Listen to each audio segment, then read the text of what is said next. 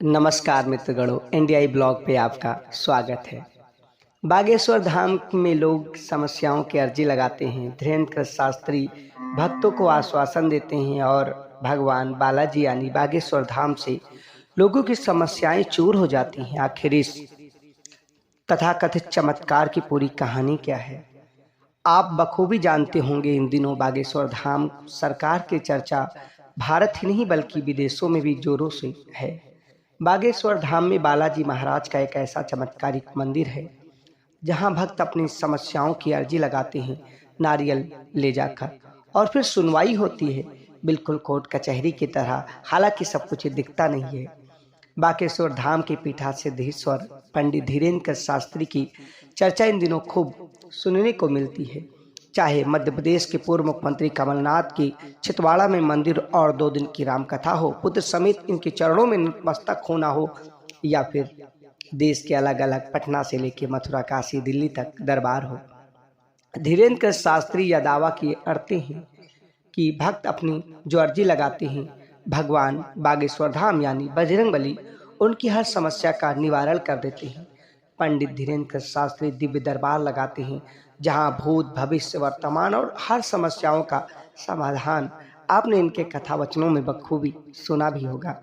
लेकिन क्या आप जानते हैं, बागेश्वर धाम से कई रहस्य भी जुड़े हैं। आज हम पूरी बात करेंगे इन्हीं रहस्यों के इर्द गिर्द।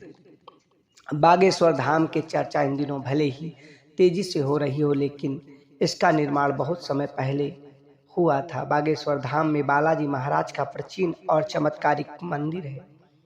धीरेन्द्र शास्त्री से पहले यहाँ पीढ़ी दर पीढ़ी प्रसिद्ध दिव्य संत अपना दरबार लगाते थे।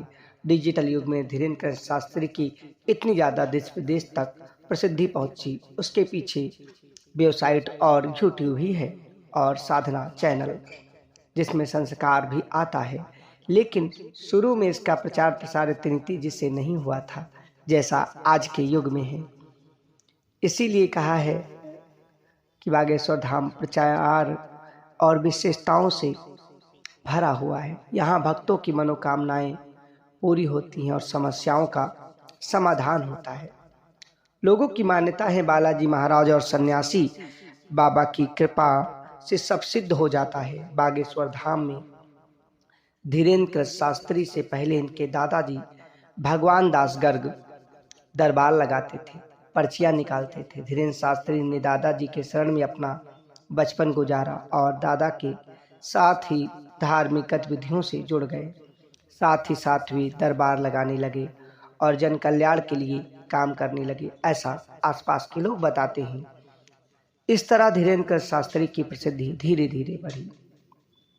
बालाजी नाम से मशहूर बागेश्वर धाम में मंगलवार के दिन भक्त अर्जी लगाने के लिए पहुंचते हैं। यह मंगलवार के दिन भक्तों की भारी भीड़ उमड़ती है। यहाँ अर्जी लगाने की प्रक्रिया बहुत आसान है। आपको एक पर्ची पर अपनी समस्या लिखकर देनी होती है। इसके बाद पर्ची को कपड़े में नारियल के साथ बांधकर परिसर में रख दिया जाता है। परिसर में आपको लाल, पीला और काले रंग के कपड़े से बंधे हुए नारियल बखूबी मिल जाएंगे। इसका कारण है कि अर्जी सामान्य होने पर लाल कपड़े में नारियल के साथ बांधी जाती है। शादी विवाह से जुड़ी अर्जी होने वाली पर पीले रंग के कपड़े का इस्तेमाल किया जाता है। लेकिन अगर भूत प्रेत बाधाएं यानी सुपरनेचुरल की बात होती है तो अर्जी को काले कपड़े में बांधा जाता है। या यदि आप किसी भी कारण बागेश्वर धाम नहीं पहुंच सकते हैं तो अपने घर में पूजा मंदिर में भी इसी प्रक्रिया से अर्जी लगा सकते हैं। घर से लगाई गई अर्जी भी बालाजी महाराज जरूर स्वीकारते हैं, ऐसा दावा है। पंडित धीरेन्द्र शास्त्री के अनुसार अगर आपने श्रद्धापूर्वक अर्जी लगाई हो तो बालाजी महाराज इसे जरूर स्वीकार करते हैं।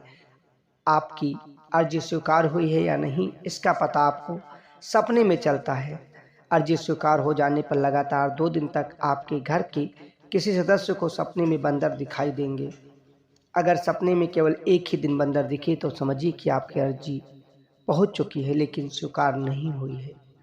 वहीं अगर सपने में बंदर ना दिखे तो फिर मंगलवार के दिन इसी प्रकार से अर्जी लगाने की बात कही गई है। और दूसरी बात, पंडित धीरेन्द्र शास्त्री को लेकर कई विवाद भी हैं, अपवाद भी हैं। जहाँ नाम होगा वहाँ विवाद भी स्वाभाविक है। पंडित धीरेन्द्र शास्त्री के दरबार में कई ऐसी चीज़ें होती हैं जिनको विश्वास भी नहीं कर सकते लोग। खैर, ऐसी बहुत सी जानकारियाँ और चीज़ें आती हैं। कहते हैं आस्था पत्थर को भगवान बना देता है। वाकई में दरबार में क्या शक्ति है, ये रहस्य है। अगर आप कभी गए होंगे या कोई आसपास आपके गया है तो आप महसूस करके कमेंट बॉक्स में अवश्य बताइएगा।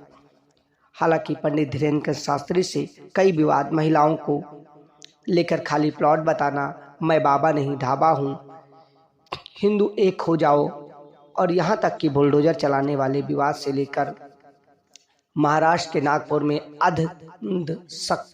श्रद्धा उन्मूलन केंद्र के प्रमुख द्वारा चैलेंज करने पर भी बाबाओं ने अलग अलग रिएक्शन दिया। उसके बाद उन्होंने से एक्सेप्ट भी किया था और कहा था कि रायपुर में आइए, लेकिन उन्होंने गोपनीयता और चीज़ों का हवाला देकर बताया कि वो नागपुर में आए और चैलेंज एक्सेप्ट करें। जीतने पर उन्हें इनाम दिया जाएगा और हम सभी उनके चरणों में नतमस्तक होकर इस संगठन को बंद कर देंगे।